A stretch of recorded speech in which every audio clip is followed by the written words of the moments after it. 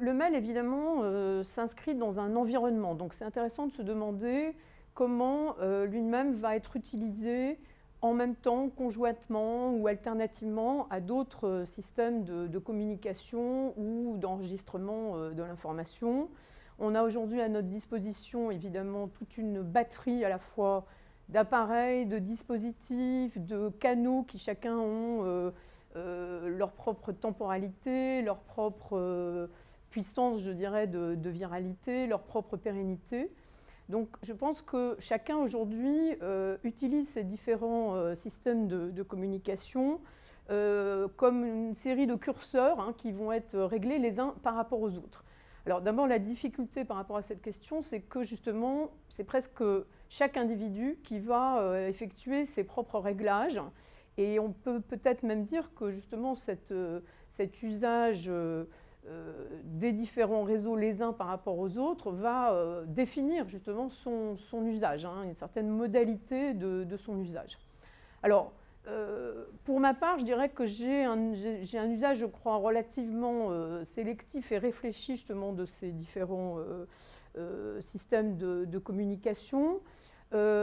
Qui dépend d'un certain nombre de critères. Le critère de l'urgence du message, le critère de ce que j'appellerais la saillance de la communication, j'y reviendrai avec un exemple, le critère bien sûr du cercle des destinataires, c'est-à-dire plus ou moins ouvert, plus ou moins fermé, ça va de l'intime jusqu'à une communication qui peut viser un public élargi.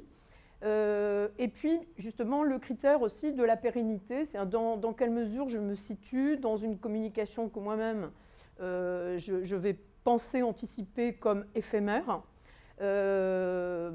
momentanée, non destinée justement à laisser une trace, ou au contraire, est-ce que j'anticipe une certaine forme de traçabilité? Et à ce moment-là, bien sûr, je vais choisir des canaux différents. Donc, pour prendre juste quelques exemples, je parlais tout à l'heure de saillance, c'est-à-dire que si je veux vraiment attirer l'attention d'un destinataire, en général à ce moment-là c'est un destinataire unique, peut-être paradoxalement, mais en fait à l'usage je dirais, je me suis aperçue que ce n'est pas nécessairement le mail le vecteur le plus efficace. Si cette personne est sur le réseau Twitter, il est en général plus efficace de lui envoyer un tweet, ou plus exactement de publier un tweet avec une mention de son identifiant. Et on sait que ça génère une notification qui typiquement va attirer son attention. Donc là, bien sûr, on est plutôt justement dans une communication de l'urgence et qui n'est pas forcément destinée à laisser une trace. À l'inverse, si je me situe dans une visée d'une certaine pérennité, y compris donc pour moi-même, je vais souvent utiliser le mail, et même de manière peut-être un peu inattendue. Par exemple, je vais m'envoyer à moi-même un mail pour garder une trace, justement, par exemple, d'un tweet. On sait que les tweets sont assez difficiles à conserver parce qu'il y a ce défilement permanent et que l'application elle-même ne permet pas, à moins de passer par des outils soit complexes, soit coûteux, d'enregistrer sur un long terme les tweets. Donc ça, c'est une pratique que je fais dans la mesure où ensuite, derrière, j'ai une pratique d'archivage justement un petit peu systématique de mes propres mails.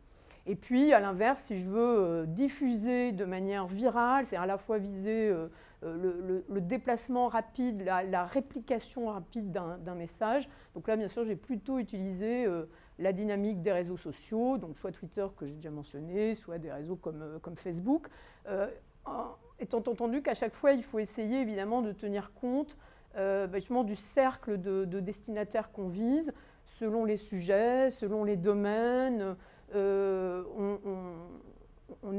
peut être en mesure de savoir si c'est plutôt une communauté Twitter, plutôt une communauté Facebook, par exemple, y compris pour des contenus qui peuvent sembler très proches, par exemple, dans le domaine scientifique.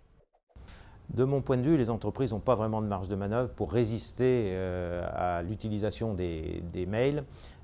Par contre, je sens venir quelque chose qui est plus intéressant et qui relève d'une forme d'autodiscipline, parce que beaucoup de collaborateurs se rendent compte que le matin, quand ils arrivent, ils démarrent à 9 h en ouvrant leur boîte mail et jusqu'à 11 h, ils traitent les mails.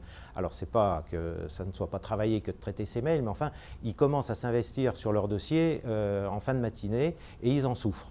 On peut imaginer que derrière ce constat, progressivement, avec la surabondance d'échanges de mails, ils soient eux-mêmes dans une logique qui consiste à essayer d'aller à des priorités et une forme d'autodiscipline. Et comme ils le subissent en recevant les mails, qui est ce que je viens de dire, ils seront peut-être eux-mêmes plus attentifs au moment d'envoyer des mails pour essayer d'être efficaces finalement dans l'utilisation de cet outil merveilleux de collaboration, mais qui ne doit pas les submerger et devenir le seul élément à partir duquel ils peuvent travailler et qui gomme tout le reste. Donc je pense qu'il n'y a pas beaucoup de marge de manœuvre, mais je compte sur les gens et leur autodiscipline pour faire évoluer un petit peu ça et ne pas être submergé par cette situation. Alors, diffuser les bonnes pratiques dans l'entreprise passe par plusieurs outils possibles.